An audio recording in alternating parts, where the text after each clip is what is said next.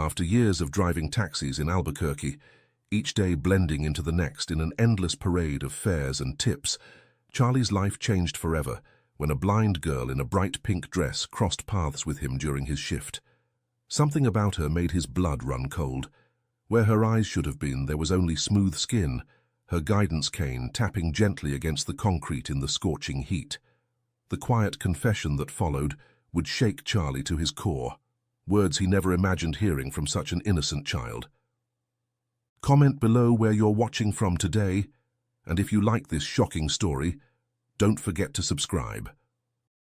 The sweltering summer afternoon blanketed Albuquerque in an oppressive heat, with waves visibly rippling above the asphalt.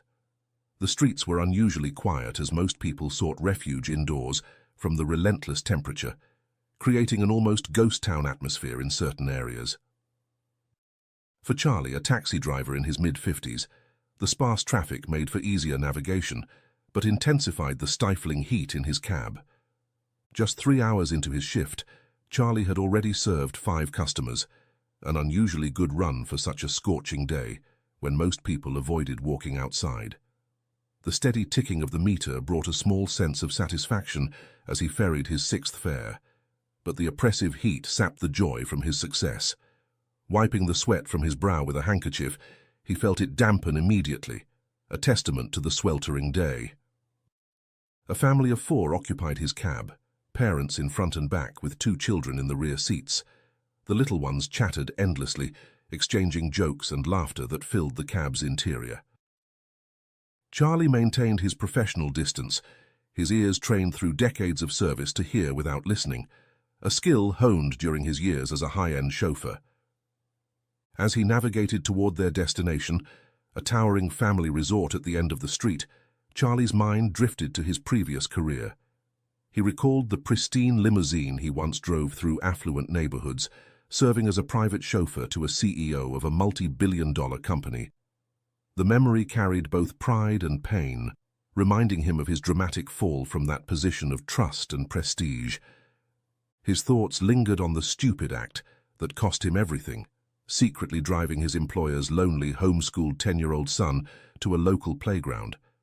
The boy, isolated by his father's strict educational regime, had found friendship with neighborhood children during these clandestine trips. Charlie had continued these secret excursions multiple times a week, watching the child's happiness grow until his father eventually discovered their arrangement. Charlie remembered the day it all came crashing down. The CEO's fury had been palpable, his face red with anger as he accused Charlie of endangering his son and betraying his trust. No amount of explanation about the boy's need for socialization or Charlie's good intentions could sway the man. The dismissal had been swift and final, forcing Charlie into his current position as a taxi driver. Charlie pulled his taxi to a smooth stop at the resort's grand lobby entrance and pushed away the bitter memories. He focused on the present, on the family in his cab, and on completing this fare with the professionalism he still prided himself on maintaining. The meter clicked to a stop, and Charlie prepared to conclude another successful ride in his new, humbler career. The fare meter displaying $27. The towering resort structure loomed above them, its modern glass facade reflecting the harsh afternoon sun.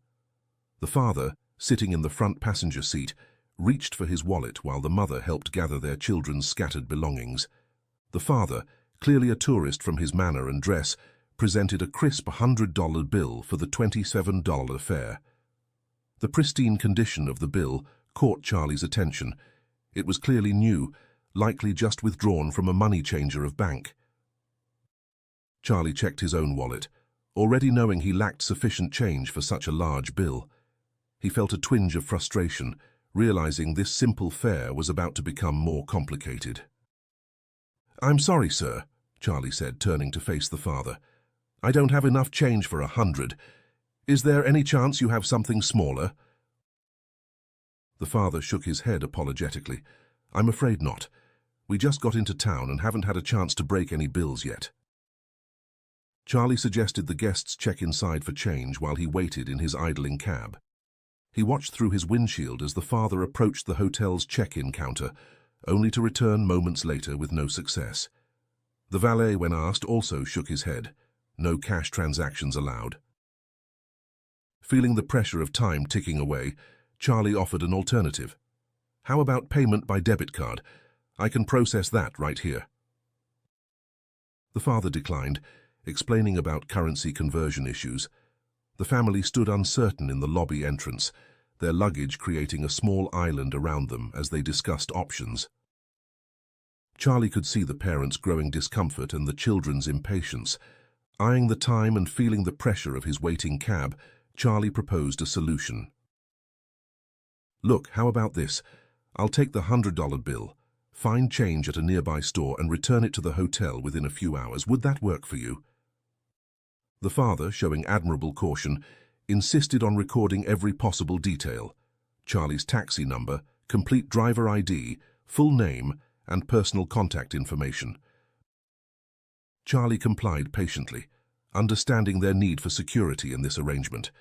He recited his information clearly, watching as the father meticulously noted everything in his phone. As the family finally moved toward the hotel entrance, Charlie stuffed the $100 bill into his wallet with a quiet grumble. He planned a quick trip to the convenience store just a block away, a swift fix to their shared dilemma. The valet gave him a knowing nod as he pulled away from the resort entrance. Navigating the short distance, Charlie allowed himself a fleeting moment of self-assurance. This minor detour would be handled quickly, and he'd be back on track ready to pick up the next fare to hit his daily target. Charlie parked his taxi in the convenience store's small lot, positioning it for a quick return to the resort.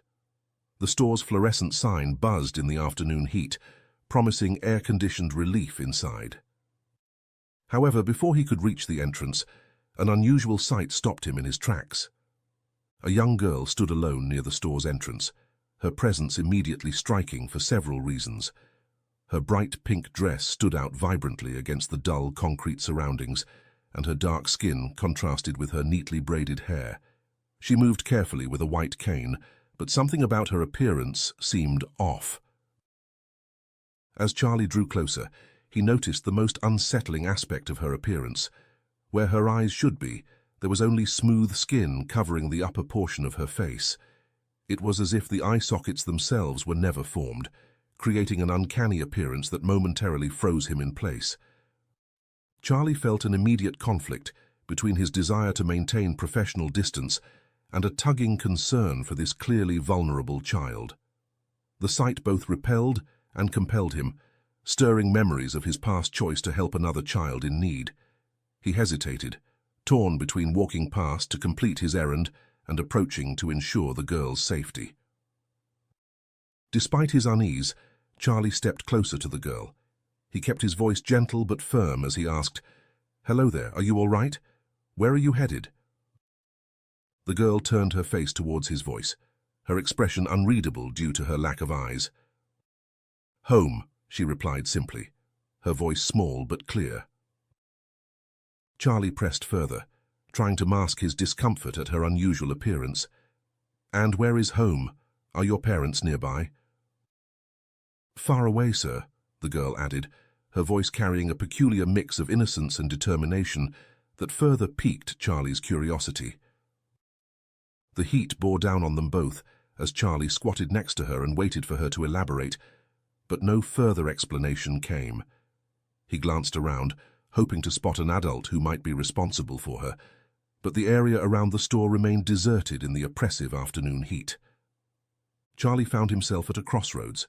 His errand to get change suddenly seemed insignificant compared to the potential danger this young, disabled girl faced alone on the streets of Albuquerque. Yet he was acutely aware of his own vulnerability.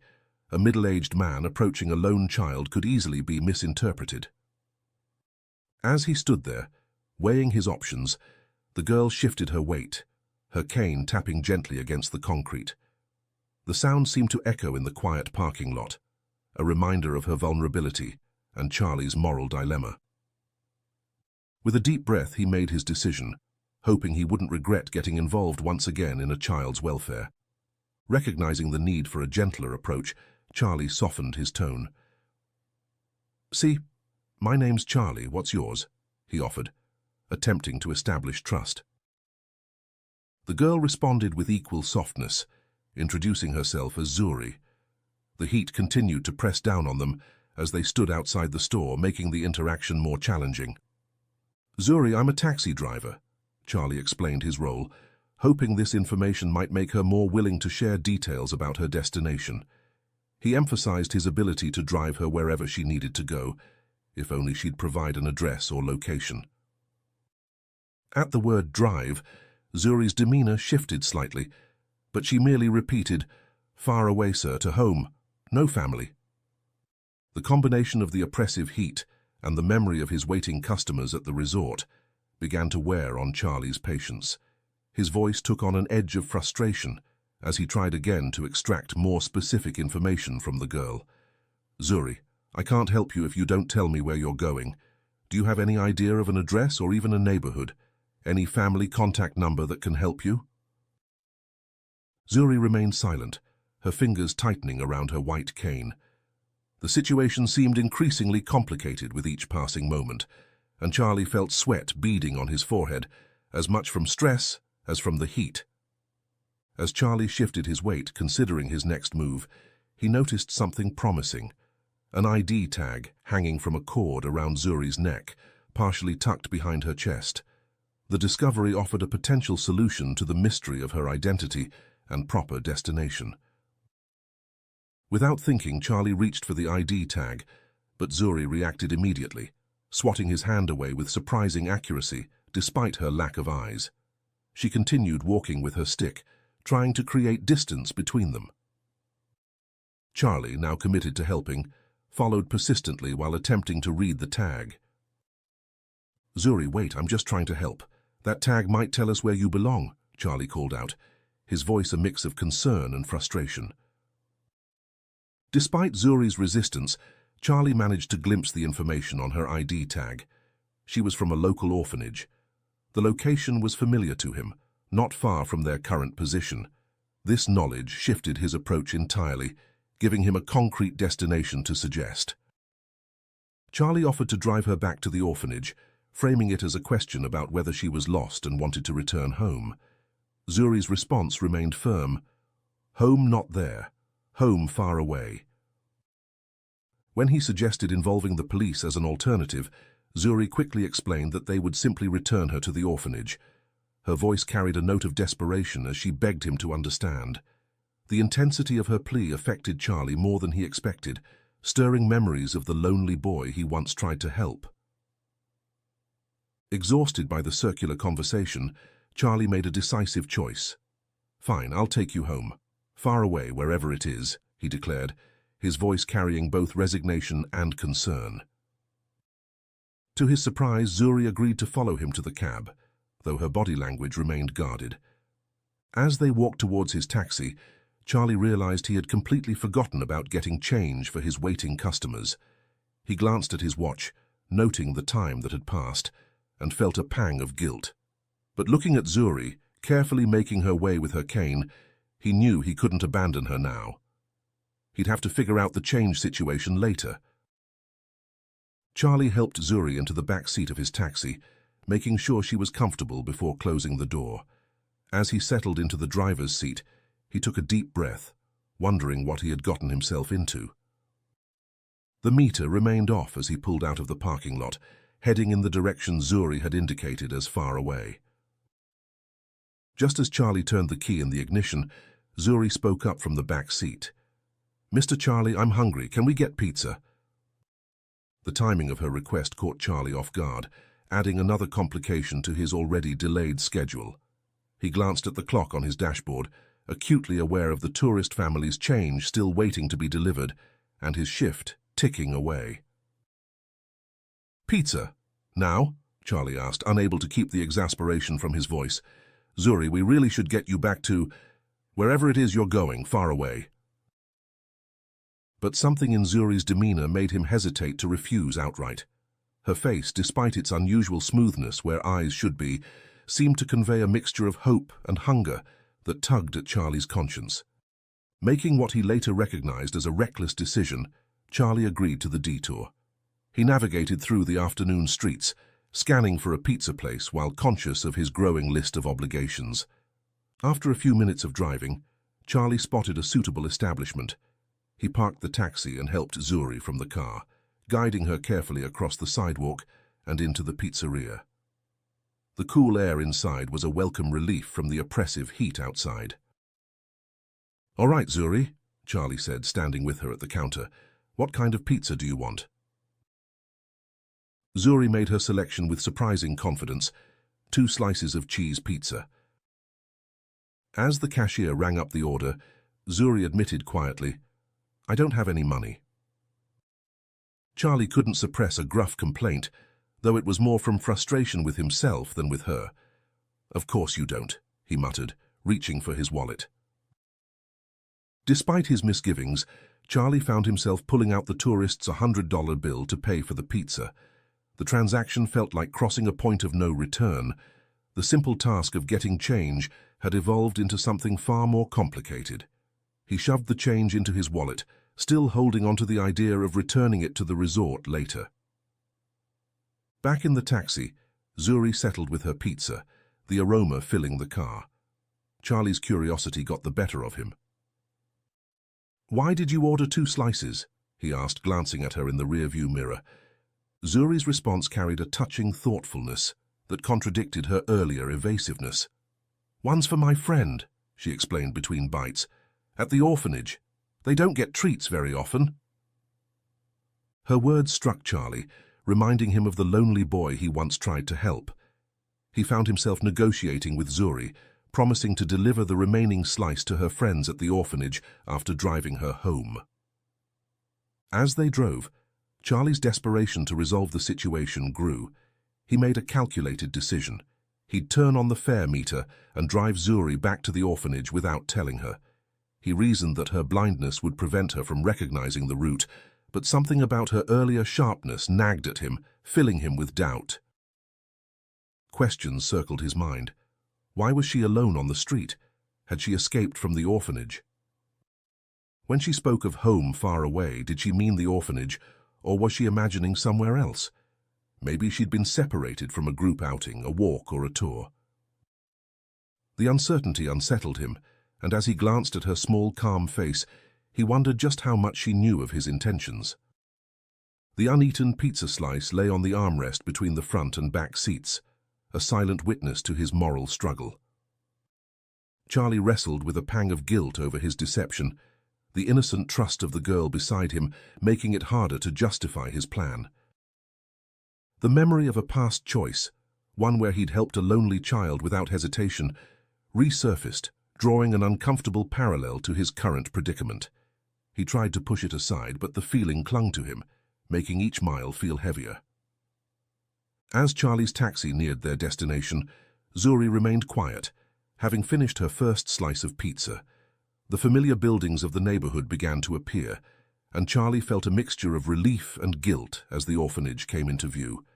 The facade of the building looked deceivingly pleasant in the afternoon light, its brick exterior and manicured lawn giving no hint of the turmoil Charlie was about to encounter. Just as Charlie helped Zuri from the car, her entire demeanor changed. Her body tensed, and her voice took on an edge of betrayal as she demanded, "Why have you brought me back to the orphanage? You said you would drive me home." The accusation cut through the air, leaving Charlie momentarily speechless. His surprise at her awareness showed in his voice as he asked, "How did you know where we are?" Zuri's response revealed an unexpected depth to her capabilities. "I may not have eyes, but my other senses are heightened," she explained, her voice carrying both pride and bitterness.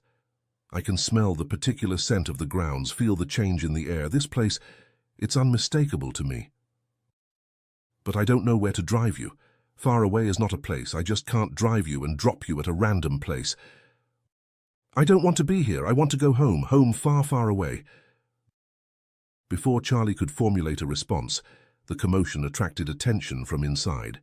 Several orphanage staff members emerged, their expressions showing recognition rather than surprise at Zuri's presence. They approached quickly, thanking Charlie profusely for returning her. "This isn't her first escape attempt," one of the staff members said casually. as if discussing a minor inconvenience rather than a child's desperate bid for freedom. Despite her limitations, she's proven remarkably adept at slipping away. This little weasel's smart, I tell you. Quick and smart. I can see that about her, Charlie said, and then, still reeling from the rapid turn of events, he suddenly remembered his running meter. About the taxi fare, he began, addressing the staff. Since I brought her back, I think it's only fair that the orphanage covers the cost. The staff's immediate rejection of responsibility triggered an increasingly heated argument. We didn't call for a taxi, one of them said dismissively. How you came to transport her is not our concern. Charlie felt his frustration mounting. Look, he said, his voice rising, your security clearly isn't up to par if a blind child can just walk out. The least you could do is cover the transportation cost of returning her safely. The staff's dismissive attitude only fueled Charlie's anger. Their argument grew more intense until one staff member, a stern-faced woman, approached him and abruptly declared all her staff had duties to attend to inside. This discussion is over, she said flatly, turning her back on Charlie. Fuming from the encounter, Charlie returned to his taxi, slamming the door with more force than necessary. The sound echoed through the quiet street as he checked his phone, finding a message from an unknown foreign number, the tourist asking about his money. Charlie quickly called the tourist back, assuring him he hadn't absconded with the money. Yeah, I'm on my way. I'll get your change back to you within the next 30 minutes, I promise.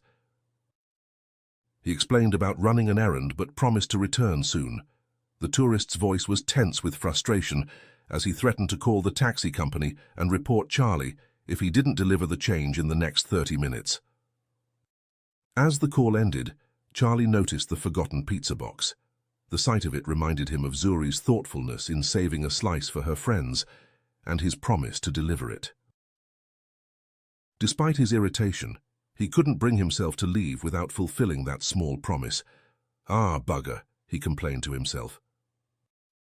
Grabbing the pizza box, Charlie walked back to the front entrance of the orphanage. His repeated knocks on the front door went unanswered. Peering through the small square window in the door revealed an empty reception area. The silence felt unusual for an institution housing children. As he was about to leave, a strange mixture of sounds caught his attention. Laughter mingled with crying, coming from somewhere around the building. The incongruity of the sounds sent a chill down Charlie's spine, despite the afternoon heat. Driven by curiosity and growing concern, Charlie circled the orphanage's perimeter. He discovered a back entrance and was about to investigate when the door suddenly burst open. Quick reflexes allowed him to duck behind a corner, concealing himself as a group emerged into the yard. The scene that unfolded before Charlie was horrific, a stark contrast to the pleasant facade the orphanage presented to the world. 5 staff members, including the woman he had argued with earlier, gathered with 10 disabled children in the backyard. The staff's demeanor had changed completely from their earlier professional facade, revealing a cruel and sadistic nature that made Charlie's blood run cold. They formed a circle with the children gathered to one side, their faces showing varying degrees of fear and resignation. Charlie watched in stunned silence as they called forward a boy named Armin in his wheelchair. The woman, now identified as Mom Haley, cruelly ordered Armin to stand, her voice dripping with mock sweetness. "Come on, Armin," she taunted. "Show us how well you can walk today." Charlie's heart sank as he watched the boy struggle, knowing the task was impossible for him. When Armin inevitably fell, unable to support himself, the staff laughed uproariously, some even pulling out their phones to record the moment. "Look at our little cat," one of the male staff members jeered. "Crawl for us, kitty." To Charlie's horror, they forced Armin to crawl on the ground, laughing as he struggled to move. Then, in a final act of humiliation, they produced a plate of fish bones and ordered him to eat them off the dirty ground. "Cats love fish, don't they?" Haley said, her voice sickeningly sweet. "Eat up, little kitty." Charlie watched, his fists clenched in helpless rage, as Armin choked and gagged on the bones before they roughly returned him to his wheelchair. Just when Charlie thought it couldn't get worse, they called Zuri to the center. His heart sank as he recognized the girl he had tried to help earlier. The staff confiscated her walking stick and threw it on the ground, leaving her vulnerable and disoriented in the middle of their cruel circle. Haley approached with a marker, a malicious grin on her face. "Let's give our little blind girl some eyes, shall we?" she announced to the group's amusement. With swift, cruel strokes, she drew crude eyes on Zuri's smooth face where her eye sockets should be. Not content with this humiliation, Haley added demeaning dog features to Zuri's cheeks, transforming her face into a grotesque caricature. "Now be a good little doggy," Haley commanded, her voice filled with false cheer. "Bury this bone for us." Charlie watched in horror as they forced a chicken bone into Zuri's hand and demanded she bury it in the soil with her bare hands. The staff's laughter echoed across the yard, a chilling soundtrack to the cruel spectacle. Unable to watch any longer, Charlie emerged from his hiding place. His heart pounded with a mixture of fear and determination as he strode purposefully toward the group. Without a word, he reached for Zuri, grasping her arm while retrieving her walking stick from the ground. The sudden interruption created an immediate hush over the gathering, the staff's laughter dying in their throats. Haley's reaction was immediate and aggressive. "What do you think you're doing?" she demanded, her voice sharp with anger. "This is private property. Leave immediately." Charlie's response was equally forceful. "What you're doing is evil and disgusting," he said, his voice shaking with barely contained rage. "These are children, not animals for your amusement. Your responsibility is to care for them, not humiliate them." The other staff members shifted uncomfortably, their phones still recording but now pointed toward the ground. Some looked ashamed, while others seemed more concerned with the potential consequences of being caught. Haley's defense was chilling in its conviction. "You don't understand," she insisted, her voice taking on a righteous tone. "We're not toying with them. This is necessary punishment. Zuri keeps trying to escape and Armin helps her. Disabled children require harsher discipline when they misbehave. That's how they learn to overcome their self-pity and entitlement." "If anyone's here feeling entitled, it's you, not the children." Charlie pointed his finger, his face turning red from anger, and he could feel the heat building up on his neck. During the confrontation, Zuri recognized Charlie's voice. Her face lit up with hope as she mentioned she could smell the pizza he brought back. This small moment of connection strengthened Charlie's resolve to protect her and the other children. Haley's tactics shifted as she realized the severity of the situation. She reached into her pocket and threw cash on the ground, $300 in crisp bills. "Take it," she said, her voice low and urgent. "Take the money and forget what you've seen here. It's more than fair compensation for your trouble." Charlie crouched to retrieve the money, using the motion to get closer to Zuri. Speaking in a whisper that Haley couldn't hear, he asked, "Zuri, can you run?" When she nodded, he gave her specific instructions. "When I say go, run straight in the direction I push you. Try to find my car. There's a big button near the AC. I want you to push that button. Can you do that?" Zuri didn't hesitate to say yes, and Charlie marveled at her bravery, despite her physical limitations. The plan formed quickly in his mind as he pretended to consider Haley's offer. Standing up with the money in his hand, Charlie knew he had only one chance to make this work. He had to create a distraction that would give Zuri the best chance of escape. Charlie's mind raced as he formulated his plan. He needed to create a distraction that would allow Zuri to escape, while also ensuring the safety of the other children. With a deep breath, he made his move. "You know what?" Charlie said loudly, addressing Haley and the other staff members. "I think you're right. I'll take the cash, deliver this pizza to Armin. He looks like he could use some real food after those fish bones." Charlie rolled the cash into his pocket. As he spoke, Charlie moved towards Armin, pizza box in hand. Haley immediately stepped in his path, her face contorted with anger. "Don't you dare approach any of these children," she hissed. "They're mine." The confrontation drew the attention of the other staff members, creating the distraction Charlie needed. In one swift motion, he grabbed Zuri's arm and thrusted her in the direction of his taxi. "Run! Straight!" Charlie shouted. Simultaneously, he pressed the button on his key fob, unlocking the cab and hoping that Zuri could catch the sound of the doors unlocking. The scene erupted into chaos. Zuri's sprint toward the taxi with her cane amazed Charlie with its speed and accuracy. The other children, sensing an opportunity to help, deliberately impeded the staff's pursuit. Some called out directions to Zuri, while others pretended to trip or fall in the path of the adults. Haley, realizing what was happening, charged after Zuri with surprising speed. Charlie, without hesitation, tackled her from behind, using his body to prevent her from reaching the girl. The two of them hit the ground hard, the impact knocking the wind out of Charlie's lungs. "You have no idea what you're doing," Haley screamed, struggling against Charlie's grip. "Those children need us. They have nowhere else to go." Charlie held on tight even as Haley's nails raked across his arms.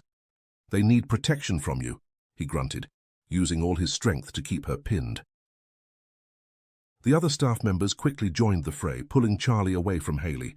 Fists and feet flew as they began to beat him, their faces twisted with rage and fear. Despite the pain of their blows, Charlie maintained his position between them and the taxi, buying time for Zuri to reach safety. Through the haze of the struggle, Charlie caught glimpses of Zuri making her way to his cab. He silently urged her on, praying she would find the SOS button he had mentioned. Each second felt like an eternity as the blows rained down on him.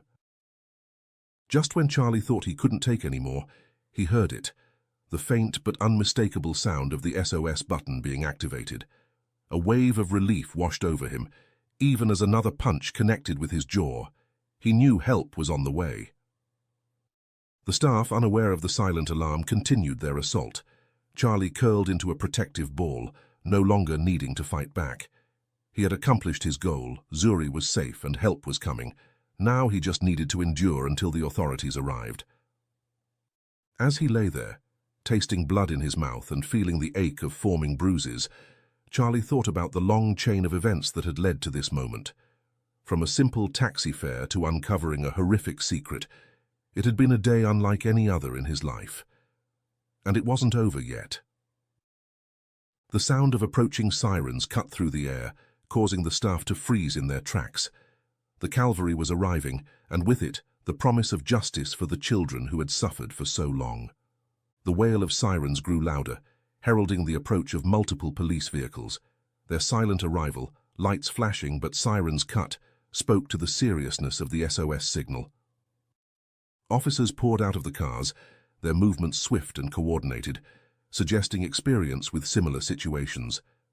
The sight of uniformed officers caused the staff to immediately cease their assault on Charlie. Some raised their hands in surrender, while others stood frozen in shock, the reality of their situation sinking in. Paramedics rushed to tend to Charlie's injuries, carefully helping him to his feet. Despite the pain radiating through his body, Charlie remained focused on ensuring the children's safety. His eyes darted around, searching for Armin and the other kids. "The children," he managed to say through swollen lips. "Please make sure they're safe. There's a girl in my cab. She's saved there." The officers quickly took control of the scene, separating the staff members and securing the area. Charlie watched with a mixture of relief and concern as officers approached his taxi, where Zuri remained locked inside. One of the officers, a kind-faced woman, gently coaxed Zuri out of the vehicle. "It's okay, sweetheart," she said softly. "You're safe now. Can you tell me your name?" As Zuri hesitantly emerged, Charlie felt a wave of emotion wash over him. Despite the pain of his injuries, he felt a sense of triumph seeing her safe and the other children being tended to by caring professionals. The police wasted no time in collecting evidence. They discovered the incriminating videos on the staff's phones, scrolling through hundreds of recordings showing systematic abuse of the children. The officers' expressions grew grimmer with each new piece of evidence they uncovered. "This goes beyond simple abuse," one officer murmured to his colleague. "These videos, they were being sold on the dark web for profit. One of our teams at the station is already handling a similar case." The revelation sent a chill down Charlie's spine. The sheer depravity of the staff was horrifying enough, but the thought that there were people out there who found joy in watching these videos made his stomach churn with disgust. He stood silently, his fists clenched, as Haley and her colleagues were handcuffed and escorted to the waiting police vehicles. Their once commanding presence was now reduced to nothing. Some loudly protested their innocence, while others maintained a sullen, defeated silence. While some officers handled the arrest of the staff members, others worked to coordinate with child services for the children's immediate care and relocation. An officer approached Charlie, notepad in hand. "Sir, we're going to need a detailed statement from you," he said. "Can you tell us exactly what happened here today?" Charlie nodded, wincing slightly at the movement. He began recounting the events of the day, starting with his encounter with Zuri at the convenience store. As he spoke, he realized how close he had come to simply driving away and leaving her there. The thought made him shudder. He described the scene he had witnessed in the backyard, his voice steady despite the emotion threatening to overwhelm him. The officer listened intently, jotting down notes and occasionally asking for clarification. As Charlie finished his statement, he couldn't help but ask, "What's going to happen to the children now?" The officer's face softened slightly. "They'll be moved to a safer facility immediately," he assured Charlie. "Child services will ensure they receive proper care and support." Charlie nodded, though he couldn't help but wonder about their future. Would they find loving homes? Would they be able to overcome the trauma they had endured? These questions weighed heavily on his mind as he watched the children being gently led to waiting vehicles. As the chaos of the scene began to settle, Charlie felt a mixture of exhaustion and relief wash over him. The day had taken an unexpected and harrowing turn, but in the end, he had made a difference. The thought brought a small smile to his bruised face, despite the pain. As the chaos began to settle, Charlie noticed Zuri approaching him. Her movements were more confident now that she had her walking stick back, navigating the unfamiliar terrain with surprising ease. When she reached him, she wrapped her arms around him in a tight hug, tears streaming down her face. "Thank you, Mr. Charlie," Zuri said, her voice muffled against his shirt. "You saved us. You're the first grown-up who ever helped us." Charlie felt a lump form in his throat, overwhelmed by the girl's gratitude and the weight of what she had endured. He gently patted her back, mindful of his own injuries. "You're very brave, Zuri," he said softly.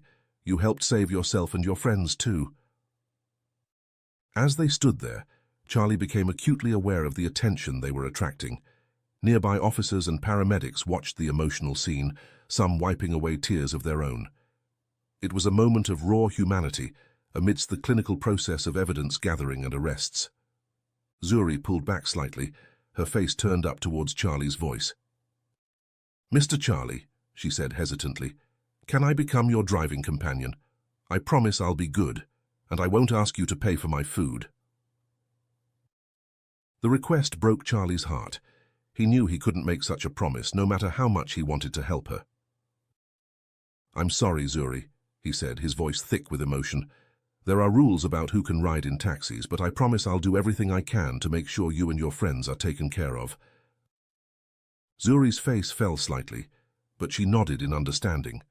Charlie, struck by a sudden idea, reached into his pocket and pulled out one of the $100 bills Haley had thrown at him earlier. He pressed it into Zuri's hand along with his business card. "Keep these safe," he instructed her. "The money is for you to use when you need it. Keep it safe and secured, and my card has my number on it. If you ever need help, you can call me." Zuri's fingers closed around the items, a small smile forming on her face.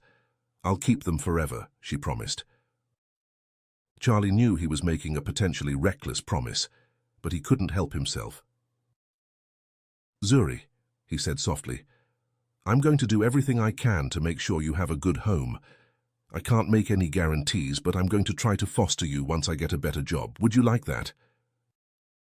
Zuri's face lit up with hope. "Really? You'd do that for me?" Charlie nodded, then remembered she couldn't see the gesture. "Yes," he said firmly. "I promise I'll try my best." As they stood there, Charlie noticed Zuri still clutching the pizza box. He gently reminded her, Didn't you want to share that last slice with Armin? Zuri's face brightened at the reminder. Oh yes, can we give it to him now? Charlie guided Zuri towards where Armin sat in his wheelchair, surrounded by caring paramedics. As they approached, Armin looked up, his face a mixture of fear and hope. Armin, Zuri called out, I saved you a slice of pizza just like I promised. The boy's face lit up as Zuri carefully handed him the slice. Despite the chaos around them, this simple act of kindness provided a moment of normalcy. Charlie watched as Armin ate the pizza with evident joy, realizing how such a small gesture could mean so much in the face of trauma. As the children were prepared for transport to their temporary housing, Charlie drove away from the orphanage with a heavy heart, his face and body aching from the confrontation. The late afternoon sun cast long shadows across the streets of Albuquerque as he navigated back towards the resort.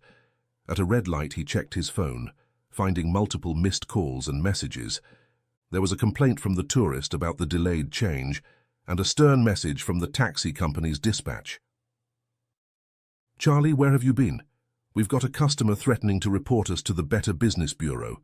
And now we're getting calls about one of our cabs being involved in some kind of police incident. What's going on?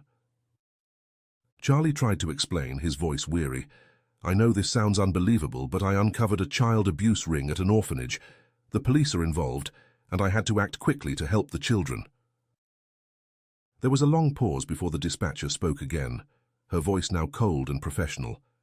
Charlie, I don't know what kind of story you're trying to spin. It doesn't just sound unbelievable, it's ridiculous, and this is completely unacceptable. You abandoned a fare, went off-grid for hours, and now there's a police report involving your cab. This is grounds for immediate suspension. But I can explain, Charlie started, but the dispatcher cut him off. Save it for management. You're to finish your current fare immediately, then return the cab to the lot. Your suspension starts as soon as you clock out. We'll be conducting a full investigation into today's events. The call ended abruptly, leaving Charlie feeling even more deflated. He realized the complexity of the situation he now faced, both professionally and personally. As Charlie navigated back to the resort, the late afternoon sun cast long shadows across the building's facade. He called the tourist, who directed him to the pool area. The contrast between the carefree resort atmosphere and his recent experience at the orphanage struck Charlie deeply.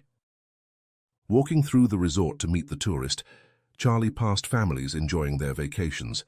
Each happy child he saw reminded him of the orphanage children, creating a bittersweet awareness of the disparities in life. The chlorine smell from the pool mingled with the lingering scent of antiseptic from his treated wounds. He found the tourist lounging by the pool, drink in hand, surrounded by his family. The man's relaxed demeanor shifted to one of annoyance as he saw Charlie approach. Finally, the tourist said, sitting up straighter in his chair. Do you realize how long we've been waiting? And gosh, what happened to your face? Charlie, too exhausted to explain the full story, simply handed over the change. I'm very sorry for the delay, sir. There was an unexpected situation I had to deal with.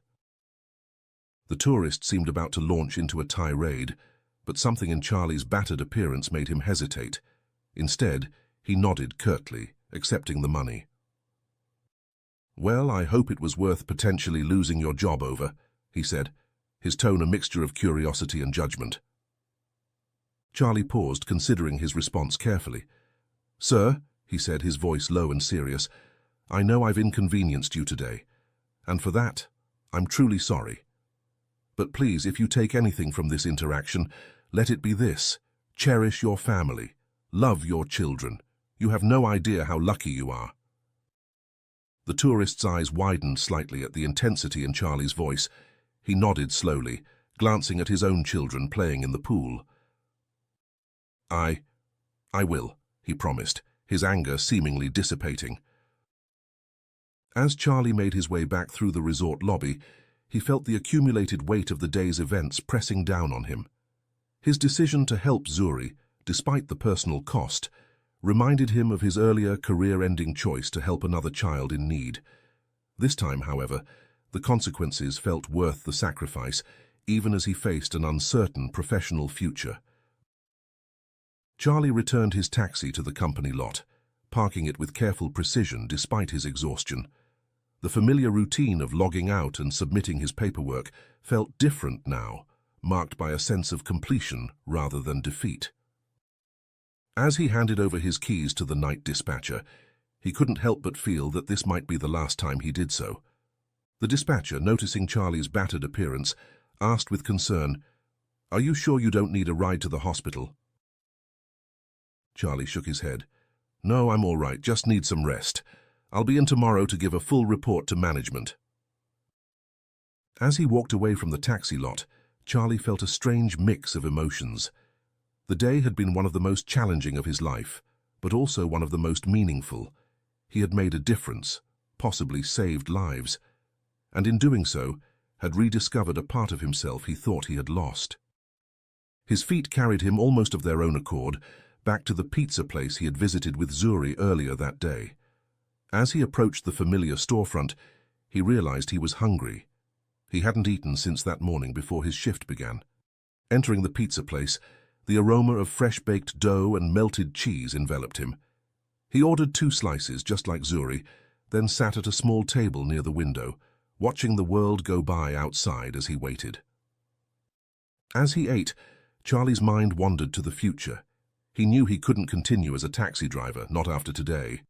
The thought of returning to the monotony of ferrying passengers around the city felt hollow now. But what could he do instead? His thoughts turned to Zuri and the other children from the orphanage. He had made a promise, one he intended to keep. But to do that, he would need a more stable job, a better income. He would need to prove he could provide a safe and nurturing home.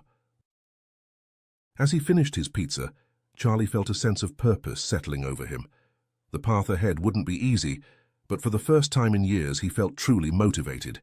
He had a goal, a reason to push forward and improve his life. Leaving the pizza place, Charlie stepped out into the cooling evening air.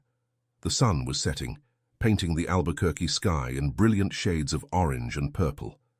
It was the end of one of the most extraordinary days of his life, but it also felt like a beginning. The streets of Albuquerque stretched out before him, familiar, yet somehow new. Charlie realized that his perspective had shifted. The city was no longer just a maze of streets to navigate, but a community filled with people who might need help, children who might need protection. If you like this story of Zuri and Charlie, I've handpicked another one I know you'll love. Please don't miss this one. Click here to watch it next.